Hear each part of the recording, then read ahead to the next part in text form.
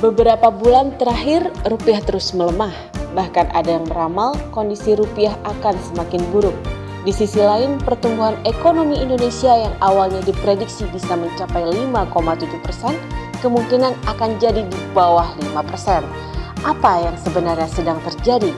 Bagaimana kita harus membaca kondisi ini semua?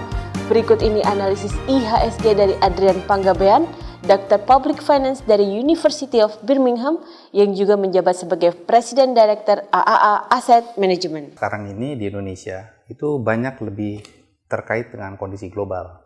Akibat perekonomian Amerika itu dolar menguat, sebetulnya terjadinya depresiasi mata uang secara global itu sebetulnya Amerika Serikat itu sedang mengekspor resesi ini. Dan resesi ke seluruh dunia ini kemudian efeknya adalah pada menyebarnya resesi ke semua belahan dunia termasuk di Indonesia. Jadi kalau pada pertanyaan apakah ini fenomena yang spesifik Indonesia, sebetulnya tidak. Ini adalah fenomena global.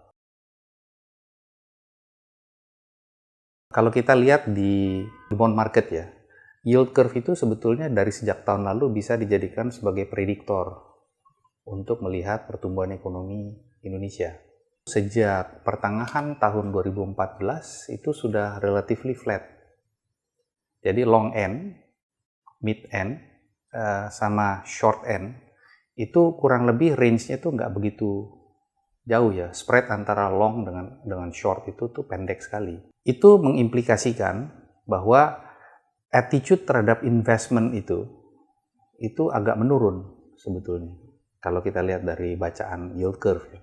Dari sejak pertengahan tahun 2014, hanya dengan melihat dari pola yield curve di Indonesia, sebetulnya saya sudah bisa baca bahwa pertumbuhan ekonomi Indonesia tuh akan terus menurun. Kalau misalnya ada banyak ekspektasi ya, bahwa pertumbuhan ekonomi Indonesia bisa 5,5, 5,6 waktu awal tahun 2015 ya. Saya dengan melihat yield curve itu sudah lihat pertumbuhan ekonomi Indonesia maksimum sih 5,2. Nah, dengan kondisi yield curve yang berlanjut seperti sekarang, bisa jadi pertumbuhan ekonomi Indonesia di bawah 5. Pertumbuhan ekonomi itu kan sebetulnya produk dari pembiayaan. Artinya attitude orang, attitude investor, attitude masyarakat terhadap investasi. Kalau misalnya tingkat suku bunga misalnya 7,5%, sementara return on investment-nya itu cuma katakan 10%. Daripada dia invest menghasilkan 10% kerja berkeringat, ya mendingan dia taruh aja duitnya kan di deposito.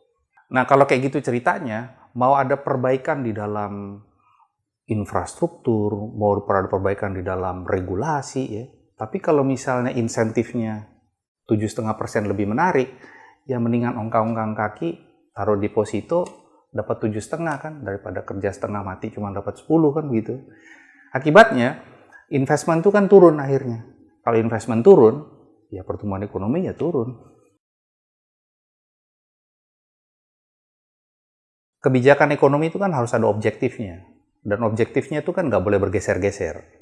Kalau misalnya tujuan utama adalah satu, mempertahankan nilai mata uang.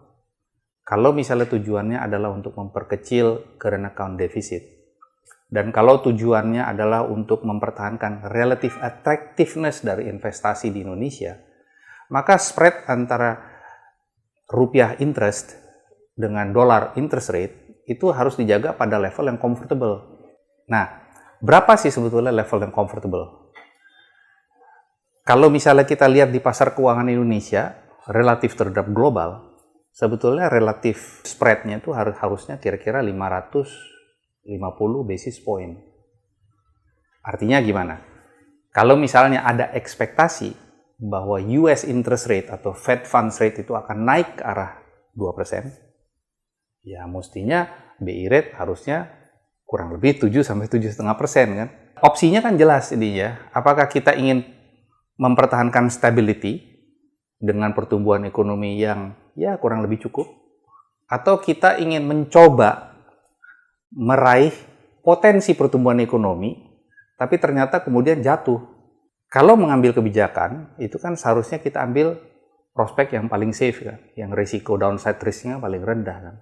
Artinya fokus pada stability itu sebetulnya lebih penting daripada fokus pada pertumbuhan ekonomi. Karena belum tentu terjadi pertumbuhan ekonomi, tapi akan lebih yakin pasti terjadi stabilitas kalau relative spread-nya itu dijaga.